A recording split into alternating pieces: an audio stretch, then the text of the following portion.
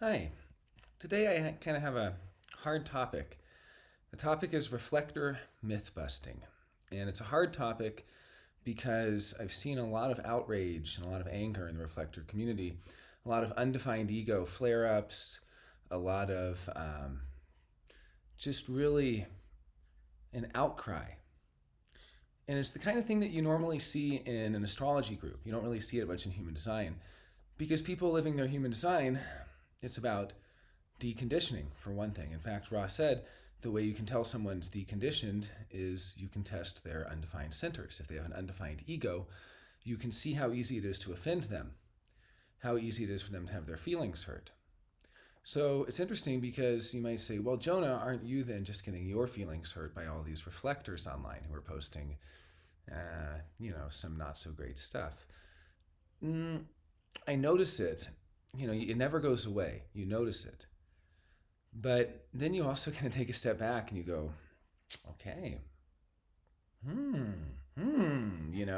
and that's how, as a generator anyway, you kind of disconnect from the temporary flight of emotion that is the defined ego, right? I have an undefined ego, so when it defines temporarily. Now, as a reflector, you don't have a to get into. You have waiting, and I'm going to talk about that in a moment. But I guess I just want to say this is a kind of a difficult topic because for weeks now, I've been seeing a tremendous amount of misinformation and what I would consider probably the worst quality of human design information coming out of the reflector group. It's like you look at the generators, you look at the manifestors, you look at the projectors, then you look at the reflectors. One of these is not like the other. And the reflector group is not getting human design. They're just not.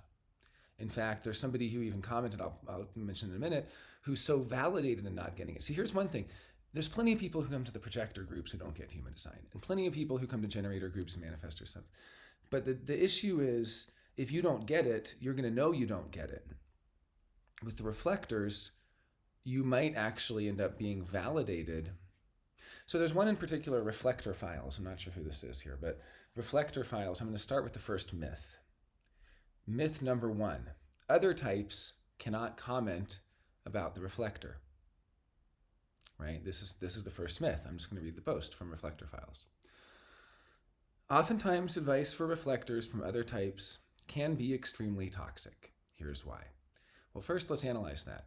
Oftentimes is weasel word, can be is weasel word. I mean, if you're writing like a Wikipedia article, you can't write this way. You can't just say oftentimes and then advice for reflectors from other types can be extremely toxic. Well, first of all, advice for reflectors from reflectors can be extremely toxic, like this person's advice, which I'm seeing, which someone in the comments after they heard the advice said, quote, "This is exactly, uppercase, how I felt when I first started looking into and learning about human design.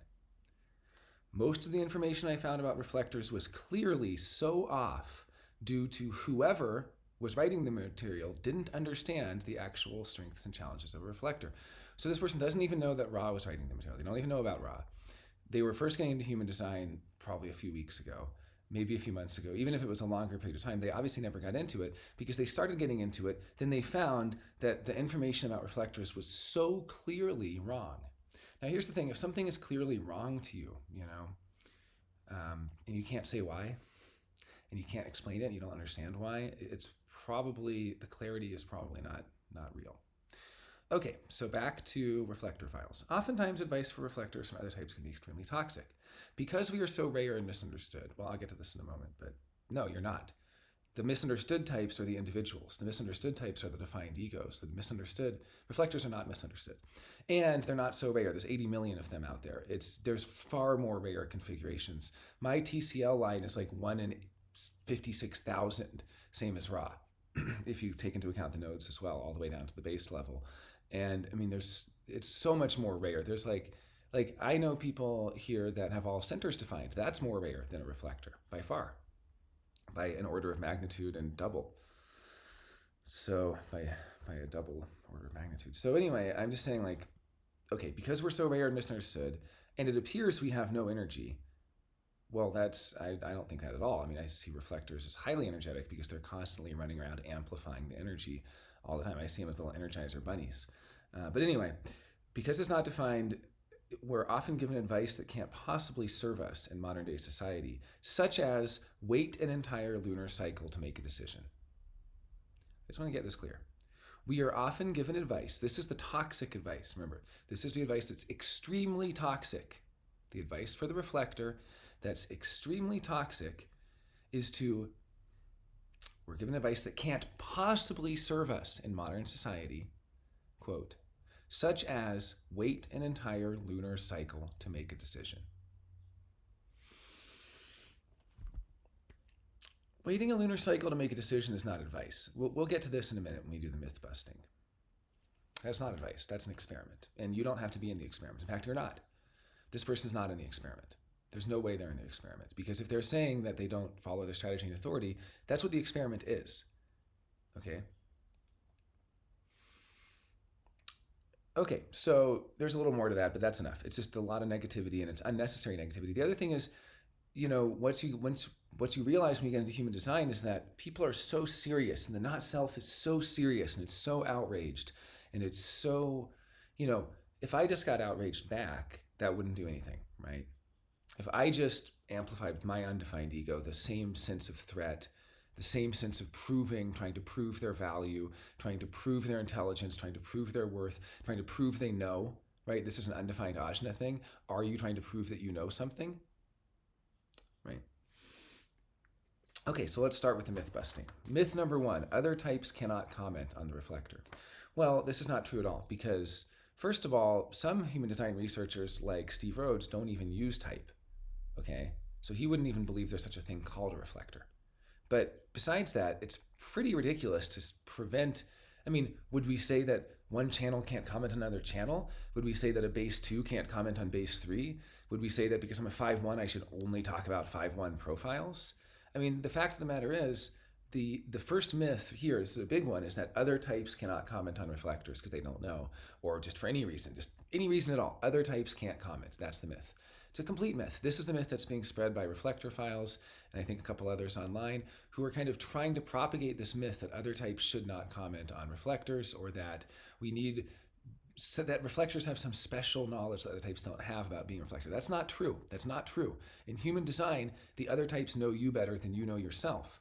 Ra was very clear about this when he explained, obviously your inner authority is the truth, but as far as the description, that companionship, for instance, makes it impossible to see the other.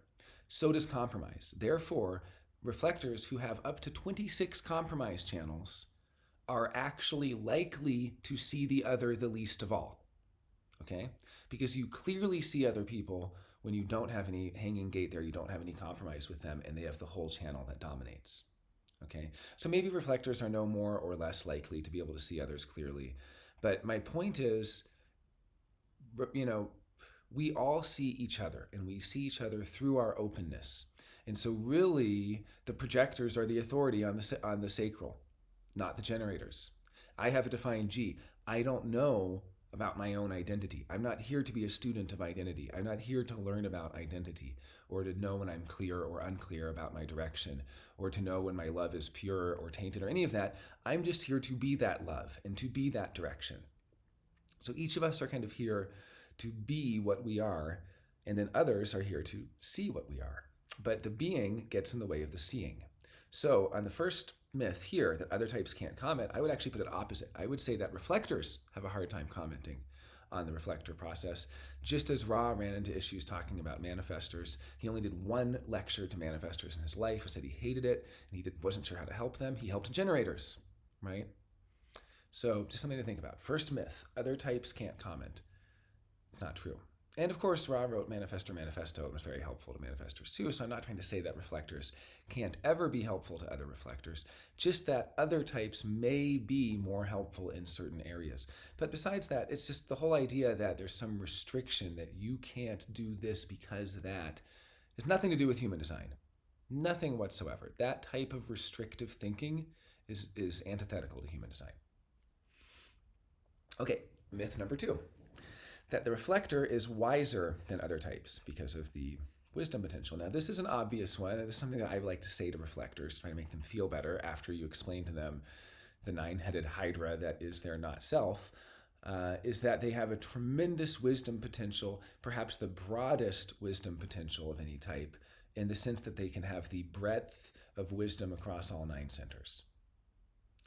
That is a wisdom potential.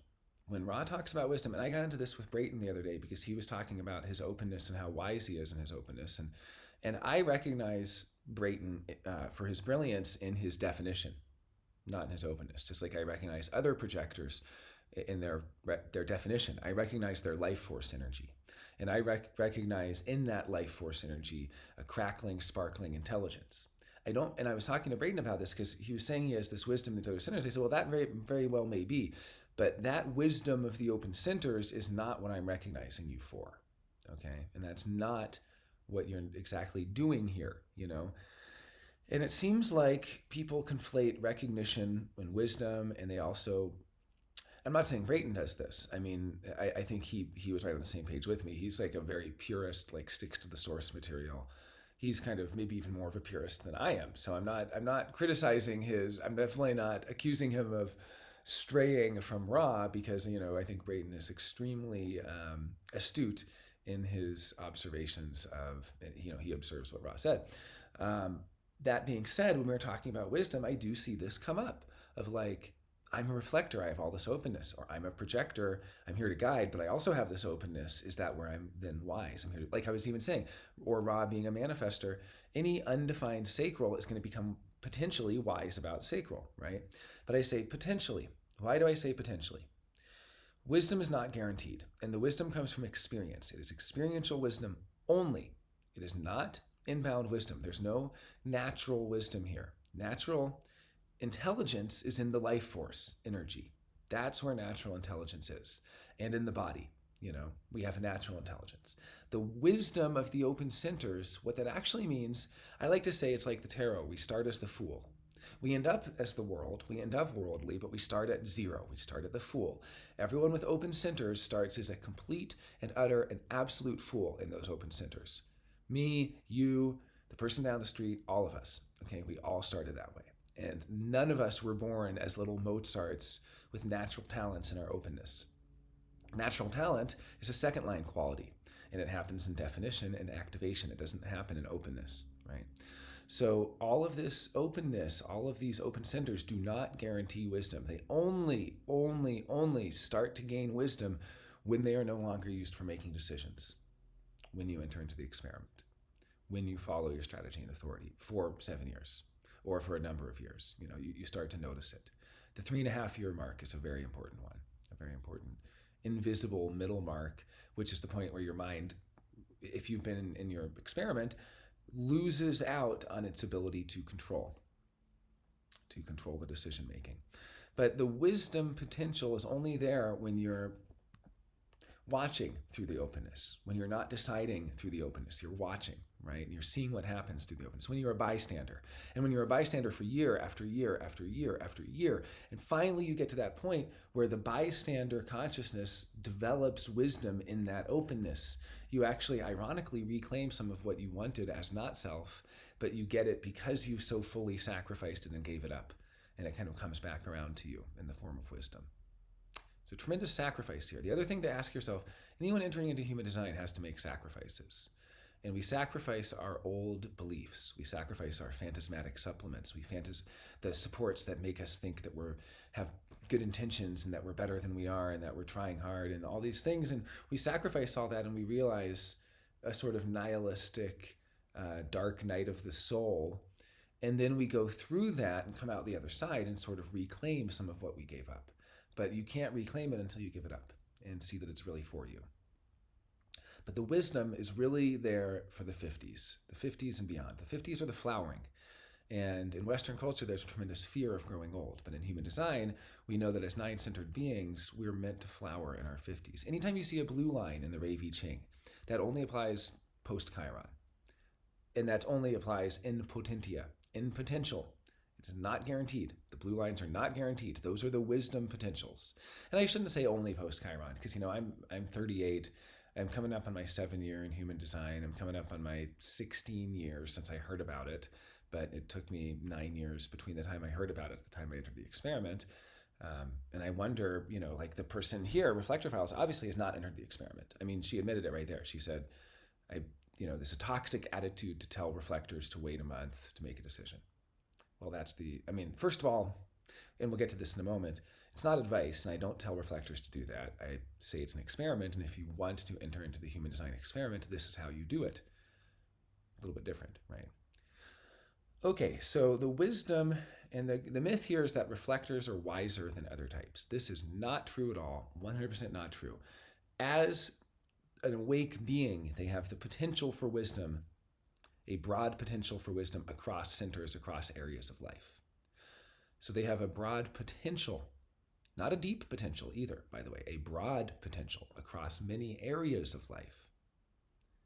They can have wisdom in many and far-reaching areas, but that's only through a lifetime of experience that was not dictated by mental decision-making, because as long as the mind is making decisions, the wisdom can't accrue because you don't really get to learn or see or observe what's actually happening. You just live out the kind of puppet pattern of the mental decision-making, which is reactive decision-making, which is making a decision based on a reaction. So the wisdom is not guaranteed, and reflectors are not wiser than other types. Sorry, but myth busted. Okay, number 3. Reflectors are leaders. This is a quote word for word from Reflector Files. Tone 3 has leadership. Color 3 has leadership. Color 4 has mastery. There are certain things that can, you could be an alpha, right? Like 731 is a leader of kinds. So is 1333. They're, are experiential leaders.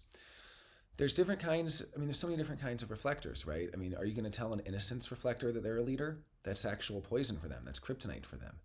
That's the thing they need to decondition from. That's their transference, is that they need to stop leading and stop saying, oh, I don't try to be a leader, but people just elect me. And, the people on my block just said I need to.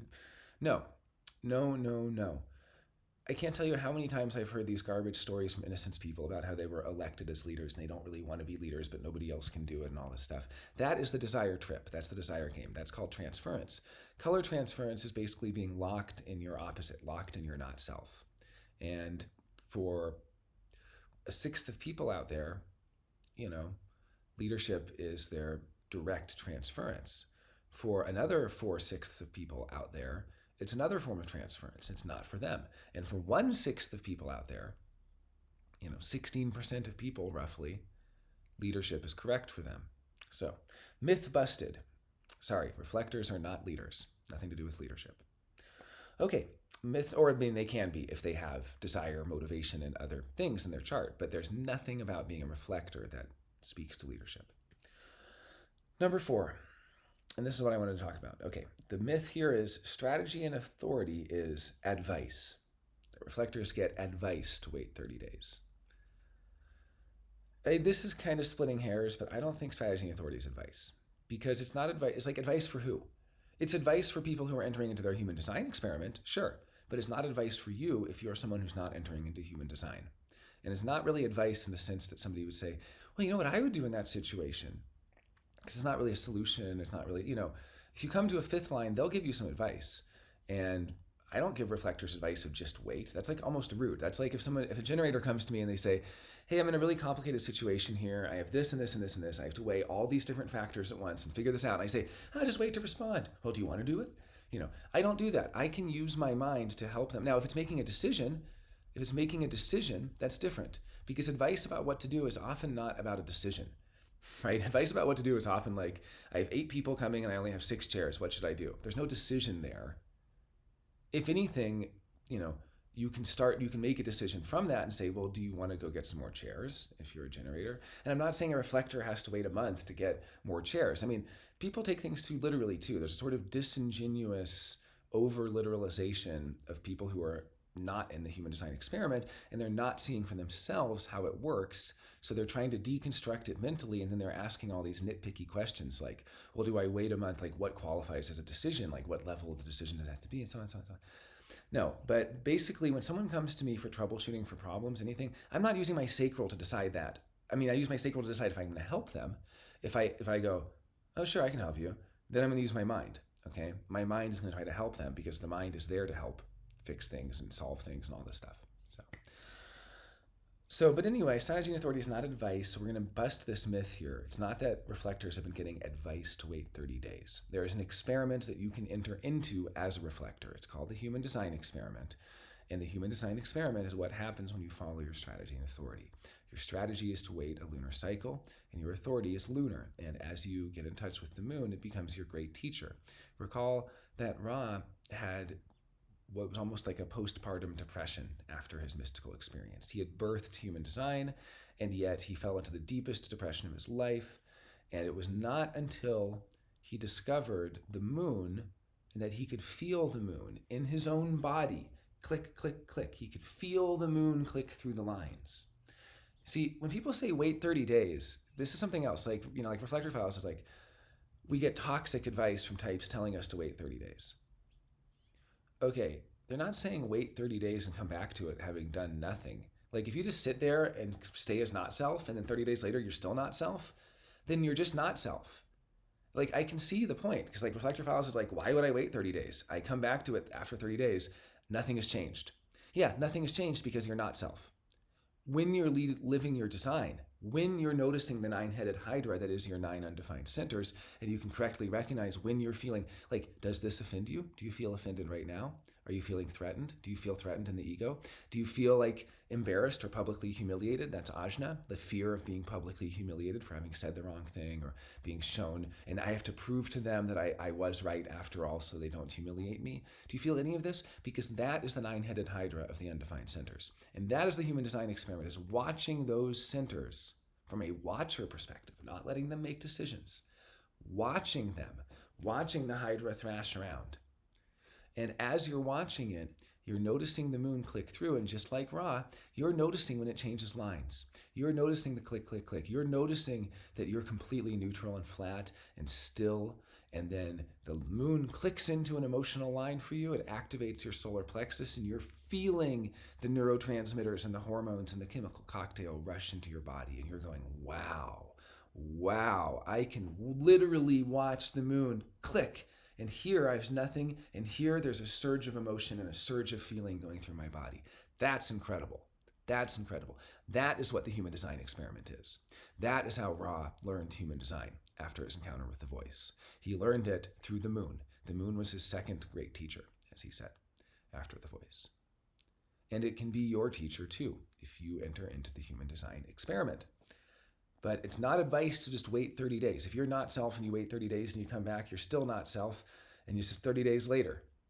But if you wait those 30 days and you observe the clicking of the moon, and you observe how it activates every one of your 26 activations, and you observe the neurochemical reactions in your body, and you've done it for years and years and years, people seem to think they can skip the deconditioning. It took me 9 years to even begin experimenting with it. It took me 9 months after I began experimenting to have my first sacral response. Okay? So, and it's kind of like people saying, how do I know I'm in it? How do I know? Well, with the sacral response, it's a little bit easier. It's like, how do I know I had an orgasm? Oh, you'll know. But with reflectors, it's a little bit harder, and also because Ross said he only ever met one awake reflector. And he said reflectors are worth 100 generators. One reflector is worth 100 generators if you can get them to wake up, because one reflector can keep 100 generators from waking up. They put out the neutrino stream in a homogenizing way, and they're on alert like hawks for mutation to try to prevent it, to try to prevent the mutation, to prevent the changes from happening, to prevent people from living their design, to prevent people from waking up. There's only one type that's here to specifically prevent the other types from living their design, and that's the reflector. But that's only as not self. And if you can get them to wake up, and if you can get them into human design, you've done an incredible service for the world, because now it's the opposite. They're worth 100 generators because now they can help wake people up, and they can help point out who's mutative and who could be woken up. You look out across the room and all the eyes are glazed over, and you see a couple people who could maybe get it. And the reflectors notice them too. And as not self, they say, we have to get rid of those people, And as true self, they support, well, I shouldn't say support because that's a tribal keynote, and we'll get to that in a moment. That's another myth I have to bust. But they will they will at least encourage mutation, we can say. Okay, so here's the next one. Number 5. I have my little, Mythbuster note here. Reflectors are more aware than other types because of all the openness, right? There's this idea that there's awareness there. It's simply not true. Simply not true. This is not at the type level, You can't say that 80 million people are more aware than the other 8 million or 7 billion, 920 million. You just can't say that. Okay, myth number 6. Reflectors are here to support. I'm seeing this in the reflector comments. I'm seeing this like, oh, I feel so much support. Oh, I feel so seen. I'm so supported. We really need to support each other here. Support, support, support. Support's tribal. You're not here to support. Okay. Reflectors are here to share. Myth number 7. Not here to share either. You don't have any life force energy in sharing. You may have dormant sharing, just like you may have dormant support, but you're not actually here to share. So being on these kind of missions to share, not what it's about for the reflector. The reflector is really here to be at one with the cosmos in some sense. Talk to Nisarg. I think Dharman and Nisarg are probably 2 of the top awake reflectors. And I would assume. I don't know Nisarg that well. But from my observations of them, they seem to be the only 2 reflectors that I've seen who are really seriously in the experiment. I know other reflectors who even have Instagrams talking about being reflectors, sleeping in the same bed with people. That's not the experiment. You can't be in the human design experiment and also sleeping in bed with somebody. That's not the experiment. This is an experiment. It's like saying, hey, I'm going to reproduce Galileo's experiments. I'm going to go on a tower and I'm going to drop a feather and I'm going to drop a ball. Oh, but I'm also going to have a bunch of fans blowing and I'm also going to have a bunch of strings attached to them and pulleys. Well, that's not Galileo's experiment. He just dropped them. You don't have a bunch of other stuff there in the way that gets in the way of the experiment.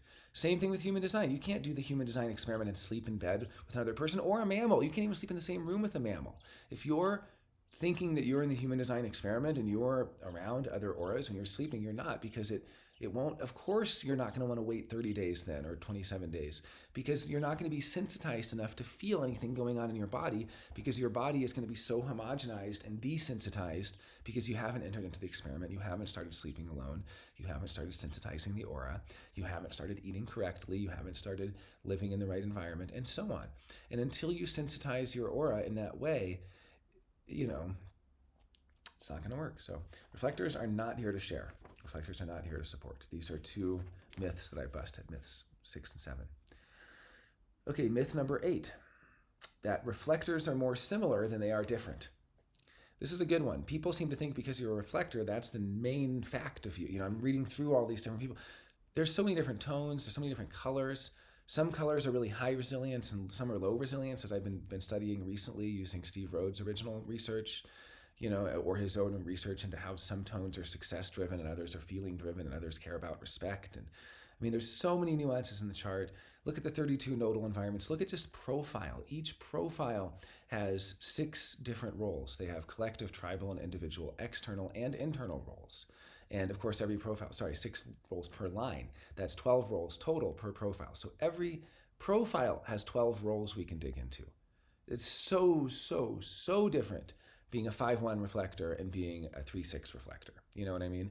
And these roles are so different from each other and what the role is. Even talking about the role of reflectors. Role is basically in profile.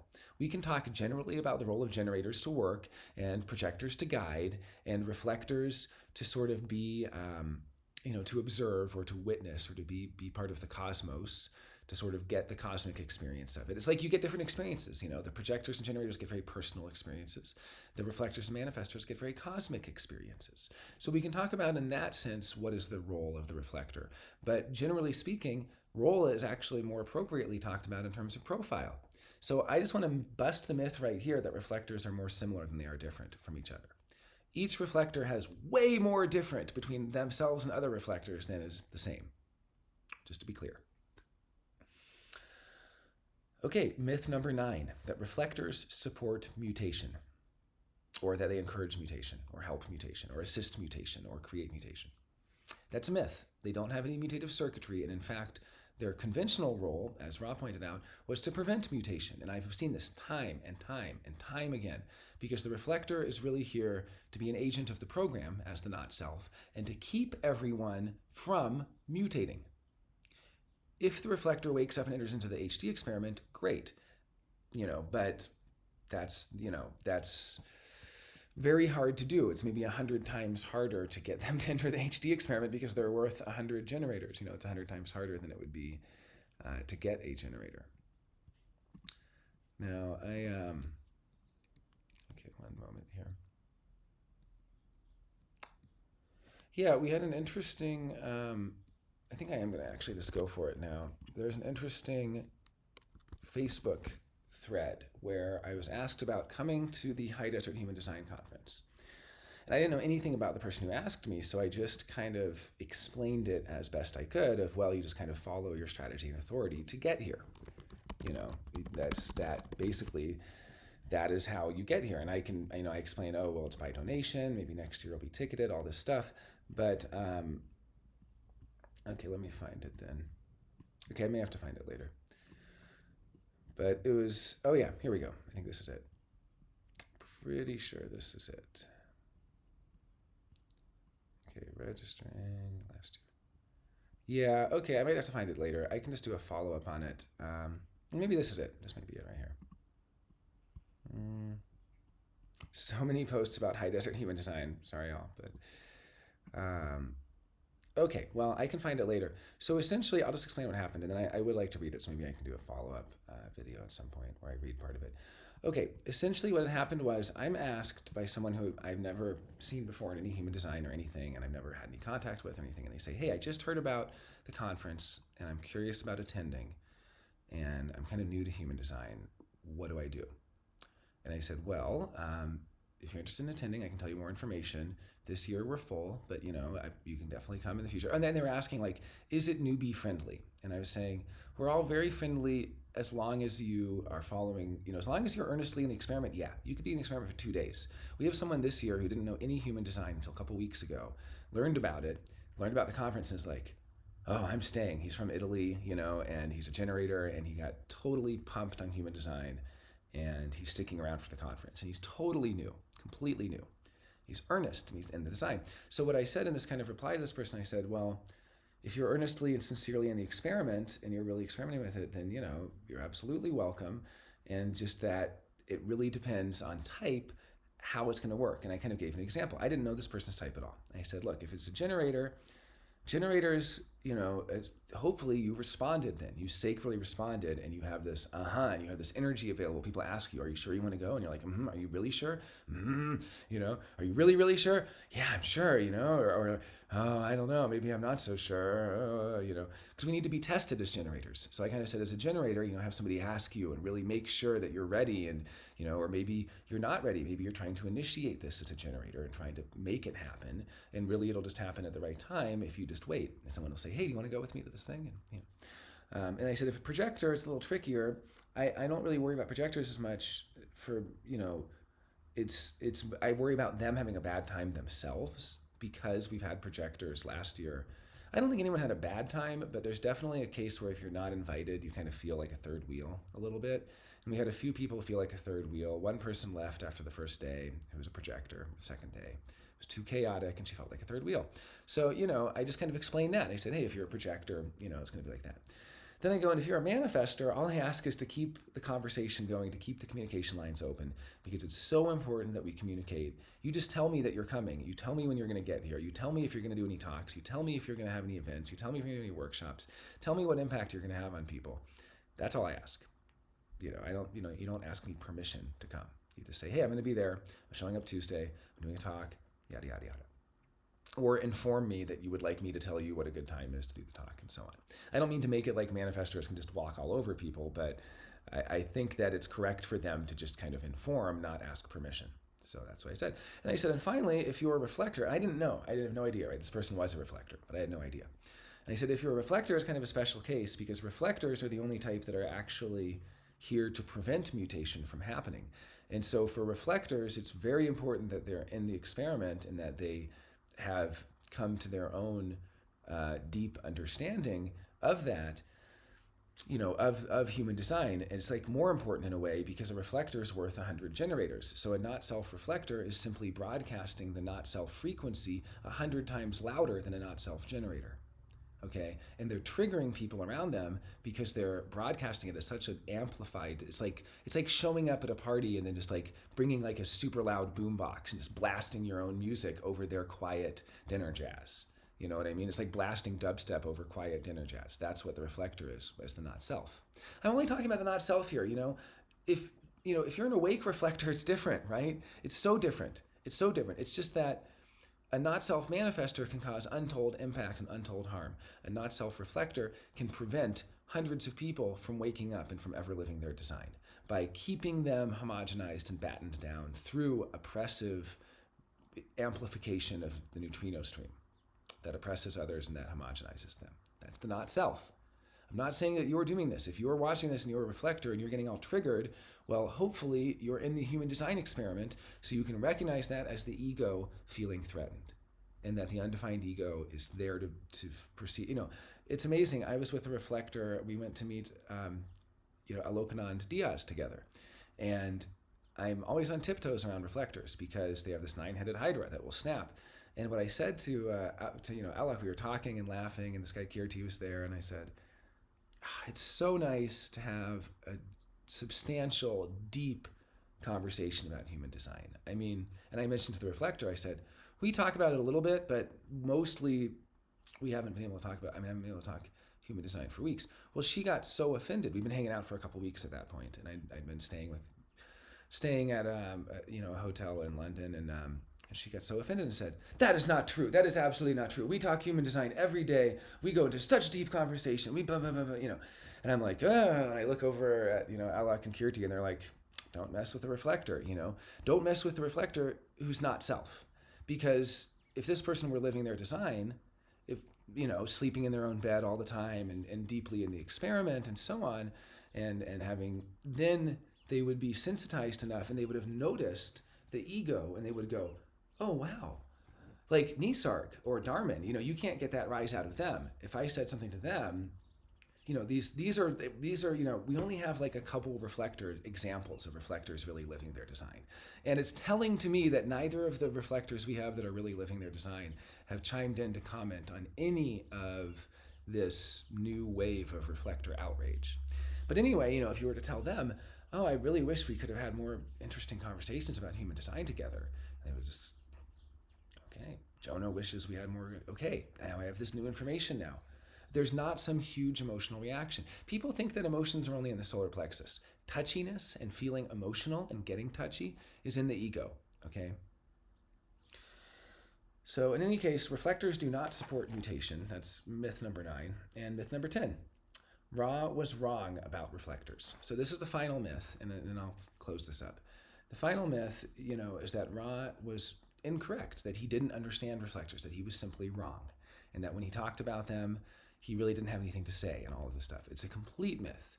If you take the time to dig in to human design, you'll learn that the reflector goes all the way down to base theory, and that the understanding of the reflector goes all the way down to base theory, and that the understanding of their role in the totality and the understanding of the types and the understanding of what the types are here to do and how they interact together is absolutely at a deep, deep level encapsulated in Ra's teachings.